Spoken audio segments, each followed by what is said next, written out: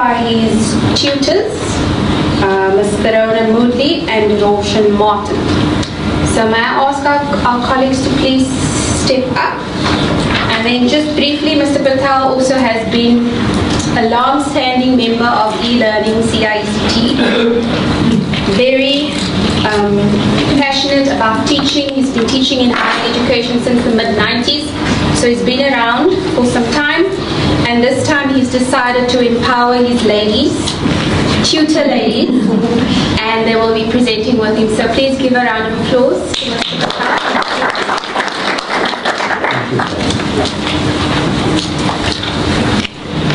Good morning, colleagues. Good morning. Our focus here in the long-standing relationship with the CICT, its precursor e-learning, e-teaching, and way before that, even with the political studies department, I think one of the stalwarts of using technology is Keith Kochak.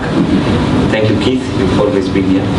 And my colleagues, Ms. Moodley and Ms. Martin, we've used in the context of ED Law. It's an academic development module.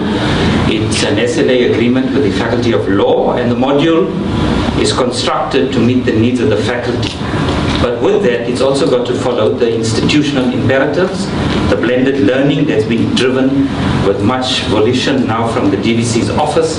And together with the CICT, we decided to now look at ways in which we can improve our teaching and module delivery in a large class.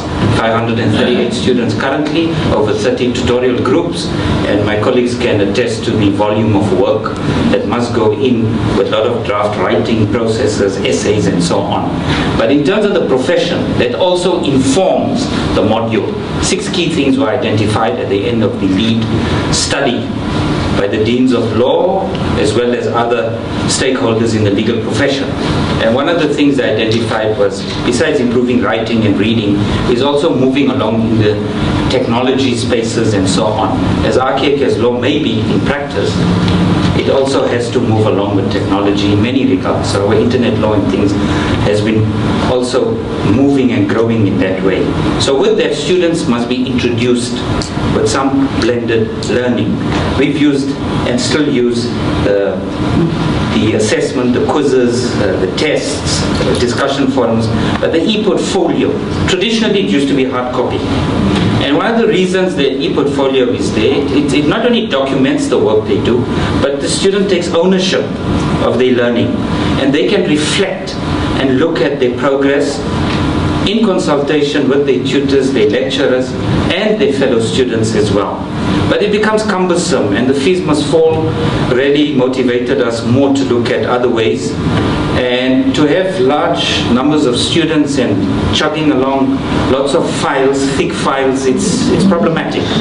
So one of the advantages I found from the lecturer side or the module coordinator side, I at any time can go onto a student's e-portfolio and I can see where they are. I can even contact them and tell them to see me, or we can have an e-conversation without involving the tutors even. So the point is, it sort of makes it asynchronous as well as it connects us in a larger community. So that is basically my context and so on. So what is the portfolio and what informed my thinking? If I go to the theory and the writing and the literature, there's a whole litany of e-journals on e-work and so on. I'm not going to go through all of that because time is limited. But Kunari and Lorican in 2017 said, e-portfolios are student-owned digital working and learning spaces for collecting, creating, sharing, collaborating, and reflecting. And I think those are the key things we wanted to address as well as storing assessment and evaluation. These are platforms for students to follow and be engaged in their personal and career development. It's for law, their career as well. And actively interact with learning communities and different stakeholders in the learning process. One of the advantages of this portfolio is the students can maintain it right until they graduate, and if they come back at master's level, they still have that portfolio. So it's not only about this module, they can use it to track themselves as they go and build on it. And one of the key drivers or persons I must thank at CICT is Ms. Braff. I know Praveen is also committed, and she has given a lot of insight, and she would have shared this platform with us as well. Right? One of the key things is, what one realizes from the literature and the work is that the e-portfolios should be a dynamic interaction. It's not static, where you just take work you've already done and you start filing. It's not about that. When you upload work, it's already gone through a process of drafting, rechecking, engagement, whether it's a class lecture task or it could be a tutorial task. So it goes through that kind of way. And eventually then, as the year progresses, the terms and so on, it becomes much more bulkier. Baskin tells us in 2008 that e-portfolios are a way to generate learning as well as document learning. So it becomes easier for us to progress how they are and so on. And this then helps us to develop the module better, because academic development modules never remain static. They're always informed by feedback and so on. What was the practical or the logistical issues that needed to happen? You can't have them doing an e-portfolio without there being training or informed in some way or the other. And CICT has very well assisted with regards to setting up the training schedules. It can become quite challenging when you have fixed timetables and working across faculties, and for that we must thank CICT for accommodating us. In term 2, couldn't be done in term 1, late registrations, students still not yet sure which type to go, not to go, and things like that. But once that has happened, the tutorial staff together with the lecturing staff go through the training. Even though I've already done it, I still go as well. That then ensures that the student on this journey has the necessary support. They know what to do, how to do it, with the technical nuances and so on. And our platform, how it works, the eColloquium, the LMS, Learning Management System. So the training then takes place. During the training, they learn how to design an e-portfolio. Then they learn how to structure the e-portfolio. Then they learn how to embed the digital in there as well, right? That happens during the training. And then eventually how to share it with us, the tutors, and the students can share it with their tutor as well as the lecturer. What is important is the process of development and the digital competence. The understanding of e-portfolios is, what I've found in the past 2 years, is not sufficient. When I had a co-lecturer last year as well, with the students, the lecturers, and some of the tutors as well. And one of the reasons from my side why I find with the tutors is they're resistant for change, some of them. Especially an older tutor tells you, this technology, I don't want to be bothered. And I'm quoting one of my tutors, he's not here now, right? And once they overcome that and they work with it, then they realize it's a good way to work with our students. And then the diversity of the students' experience also inform us, because some of them may be so savvy on social media and Twitter and all of that. The minute it comes to using eColloquium, suddenly there's a disconnect with the technology. So I echo what my colleague said from dentistry, as well as Dr. Phillips earlier when he spoke of Generation Z. You know, it could be they're disinterested or they just don't care sometimes enough for their work in that sense. So that is very important for us. That distinction from my side, I found that in the past 2 years evaluating, looking at it and so on. Ideally the process, I've tabulated it how it should be. You get the training, then you get the interface that takes place, students understanding the meaning, the ownership, the interaction, because the grading only takes place at the end of the module. So throughout they have an opportunity to rework, recheck, change, delete, add, because part of it is writing. And that's our emphasis, the writing, how they improve it, and they can measure it themselves with our facilitation and intervention if necessary. And you're not restricted like with a hard copy, oh, I forgot my folder. Sorry, I can just check anytime I want. Right? Challenges and benefits and so on, I hand over to my colleagues and they will then discuss from their side as well.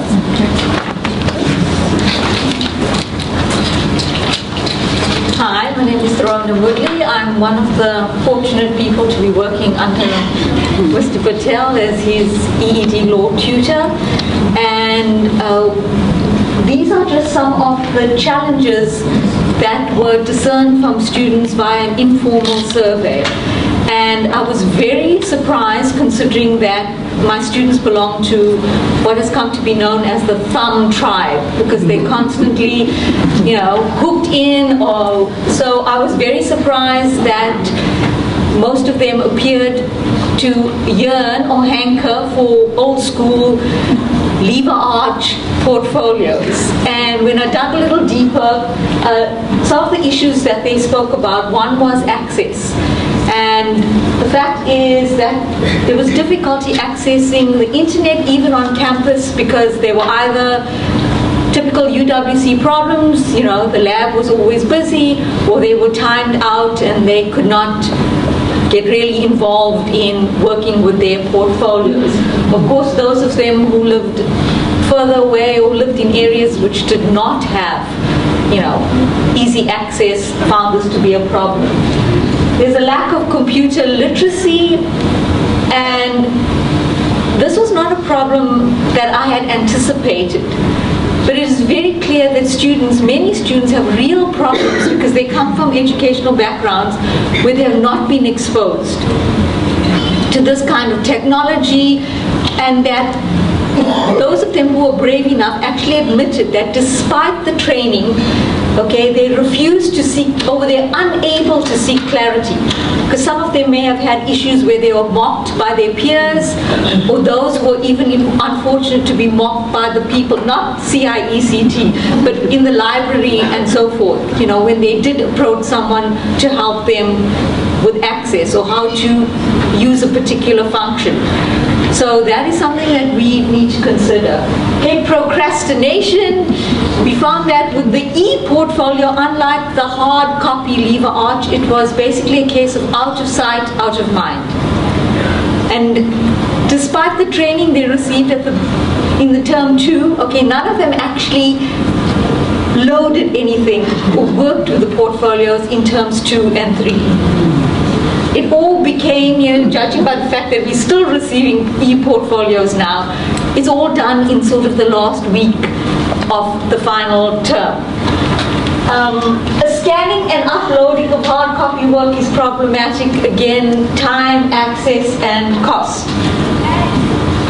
The links, these are just technical problems. The links sometimes fail, which students found to be frustrating, and then you receive a slew of emails, asking for help, or there's evidence that obviously they have not referred to their training, or they did not go. There's a video that they could have used which took them step by step, but students did not draw on those resources.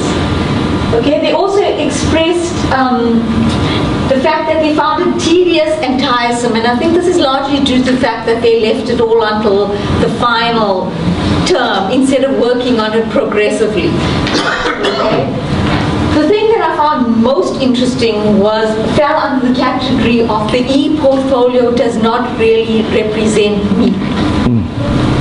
The fact that it had all been laid out for them, which we thought was an advantage, which would save them the time of having to, create dividers, getting plastic sleeves, all of that. They actually complained that an e-portfolio was too impersonal, and that it did not allow for creativity and self-expression as a hard copy would. And I have to say, judging from the past and comparing the two, there was much more scope for creativity in a hard copy version. Also, the student said, I consulted more about the portfolio when it was a file.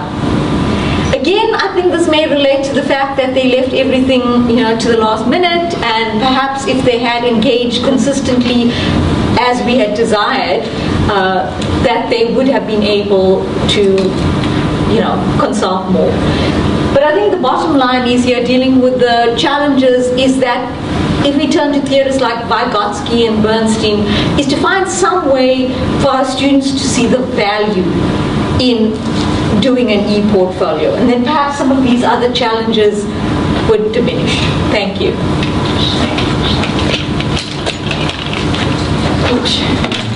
Okay, good afternoon everyone. I'll be looking at the benefits. These are just some of the benefits. Self-discipline. The students are basically forced to be more responsible with their work. because they have to work on it constantly. This is a year-long module. So often, at times, even though they get training in term 2, we explain everything to them in term 1 already, so they're all aware of what is to come. So, because if you think about it, when we gave them all the term 1 assessments, whether it was in the lecture, in the tutorial, they had to keep that until they received the portfolio training. And only then could they actually, when they went for the training, they could then use those exact tasks and upload it. The train support, this is really important. This took, it went over 2 weeks long. Each TAC group had their own time with their tutor, and whoever was available at the lab at the time. So because it was over such a long period of time, whoever was absent or missed or still were not sure of what to do, they could actually slot into another group and then get a second opportunity to, and because some classes were actually smaller and some were actually bigger. Also, when we experience queries, sometimes we can't assist the students immediately, and then in that instance, we would send them to the CIECT, and immediately the students would always receive that help. Managing and the monitoring progress. Students are able to throughout the year keep track of their work, their CAM and their performance. It encourages students to reflect and think about how they learn and change their study habits to match their needs. On the study habits, I've noticed that sometimes in the second semester, the students' workload tends to be more. So what would happen then, you would notice that if students are aware of this, if we inform them or on their own, if they realize, okay, I have so many modules second semester, they actually during that long June VAC period, they complete all their uploads for all their work for semester 1 on the e-portfolio. So for those students, which is quite a number of them, it was actually a benefit. And for myself as well, for all of us, because we have access to it at any time, we can actually check. So what I did, for example, with my students, I check if they emailed the link, which would have proved that they actually attended the training as well. And then, because some of them, as our colleague has mentioned, the technical challenges, some of them, even though they were at the training, they didn't follow the instructions correctly. So then we would receive, every time they uploaded something, we would actually receive this notification. So our inboxes were flooded with emails, where we were only supposed to receive one email from per student with the actual link. And in that instance, for us as well, it's very useful, because I immediately could respond and say, please go back to your notes, or come and ask for instructions, or come to me as well and I will show you how to do it. So that was very useful in that instance. Also, basically by looking at the work, because it's a year module, those who have uploaded work, the TAT assignments, for example, are graded, and the essays, etc., are graded already.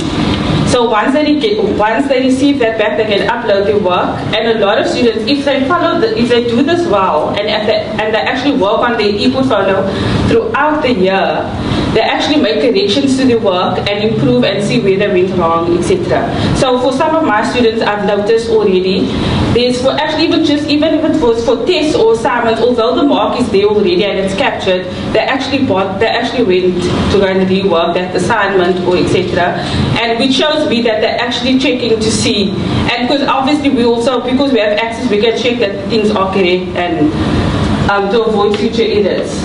And lastly, one of the main things is that students become familiar with the digital technology as a tool of learning. The problem for some students, I noticed that I've experienced personally, or that some students don't even know how to access certain formats and things on Microsoft Word. And they're too shy or too afraid to speak up. So they don't know how to, so that's when the uploading becomes problematic, or even typing out the assignments, because you have to adhere to certain technical requirements, fonts, line spacing, etc. So for me personally, because the way I look at things is always, I've been a student, I know what it's like. So I've always informed my students, because this also is a year-long module, it affords us the opportunity to get to know that student. So at the beginning, to make them feel at home, and because we will be working together for the entire year, I will inform students if there's anything that you don't understand, even basic things that you were maybe not prepared for, because to be honest, I think I was a bit naive initially, because lately there are more students actually saying that they have never been exposed to a computer lab during the entire high school career. Which I mean, it's 2018 and you think that by now maybe, but that is the reality, and in those instances, obviously it's better to inform students, and that is why I must commend as well the ECT, because they are always available, even if we have a query or question. And just because it's a year, like I mentioned again, it's a year long, we're not saying there are few, obviously there's always those odd few that did everything last week. We're actually busy marking it at this moment. They did everything last week, so that's why all the queries and the questions came from, but the majority of students. Everything is there, it's very detailed, easy to understand, and students actually had a better time. Also lastly, as on the side of a marker, I have quite a huge number of students, 100 plus myself. So imagine previously I had 100 plus LibreArch files that I had to grade. And it's so good, it's a year long, it's the entire year's work. The ePortfolio obviously is much better. I can access it anytime, I can even access it on my phone. And mark it, so every day I will mark a few, etc. And also, like I said, personally to keep in touch with the students. During the long VAC period, I checked if students actually emailed me the link. If they didn't, that means I didn't have access to the file at all. And Mr. Patel also informed us as well during our meetings. He checked and these students didn't have, it was blank, so we could inform students. So that is a way of obviously keeping track of their work and ensuring that everything is done in due course. And lastly, again, the paperless. The fact that you don't have all this stack of papers. I've experienced now, I've received tons of emails where students are saying they don't have the hard copy or they can't find the hard copy, but it's okay because it's uploaded already. So the work is there, so even if they lose it for a year-long module, it can be problematic. They're losing documents and essays and things like that, but at the end of the day, they have access to it at any time. Thank you.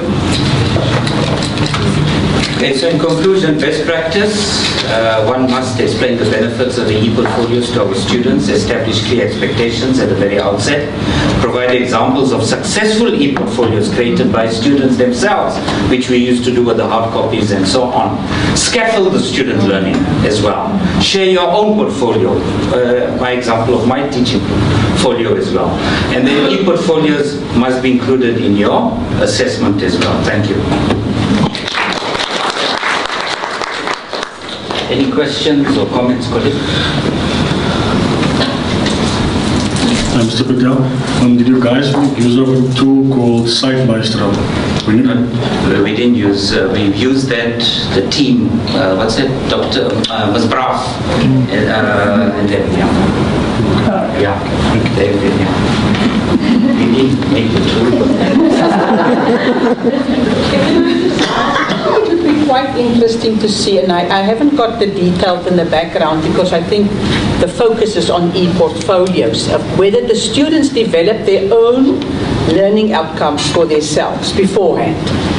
And then the other thing is, what I can also share with you is experiencing that students who are, I want to say, learning to do a e-portfolio also struggle because they have to learn the whole digital way, plus they have to put other stuff on their performance together with it. So that could be problematic. But what I'm interested in is in the creativity, which somebody mentioned that within a hard portfolio, the creativity was more or better, and whether there would be a difference between the students that did the consistently throughout the year on their working on their e-portfolios and those that did the one at the end.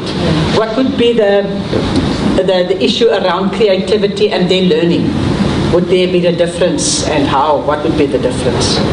Very interesting. Thank you. Because maybe some students see the bigger picture after they've done the whole process and then they do it, where others do it step by step. Well, one of the things we've done is because it was over the piloted and then the second year now, so we're busy collating. We haven't finished yet with all the grading. So obviously your suggestions on testing whether the learning processes have taken place and the challenges they've faced as well. We obviously have to look in that as well. So that will be part of the analysis post as well. Well, thank you for that. Yes? I know students are driven by marks. Yes. So instead of giving them a mark at the end of the year, can you break it up? That it accumulates to a mark at the end of the year to force them into engaging. We used to do that with the hard copy. Yeah. And when we piloted last year, we decided just to leave it and see how responsible the students would be. So obviously, it's not so. So we'll introduce that again next year. Thank you. Yes. I'm Hazel Bradley from the School of Public Health. We use an e-portfolio for our postgraduate diploma qualifications. So it goes across the 6 modules in the qualification, which can take them 1 or 2 years, depending if they do it full or part-time. One of the, and a lot of the, although our students are working at a distance, and a lot of those benefits and challenges you mentioned resonated with our situation, but a few differences, but mostly similar.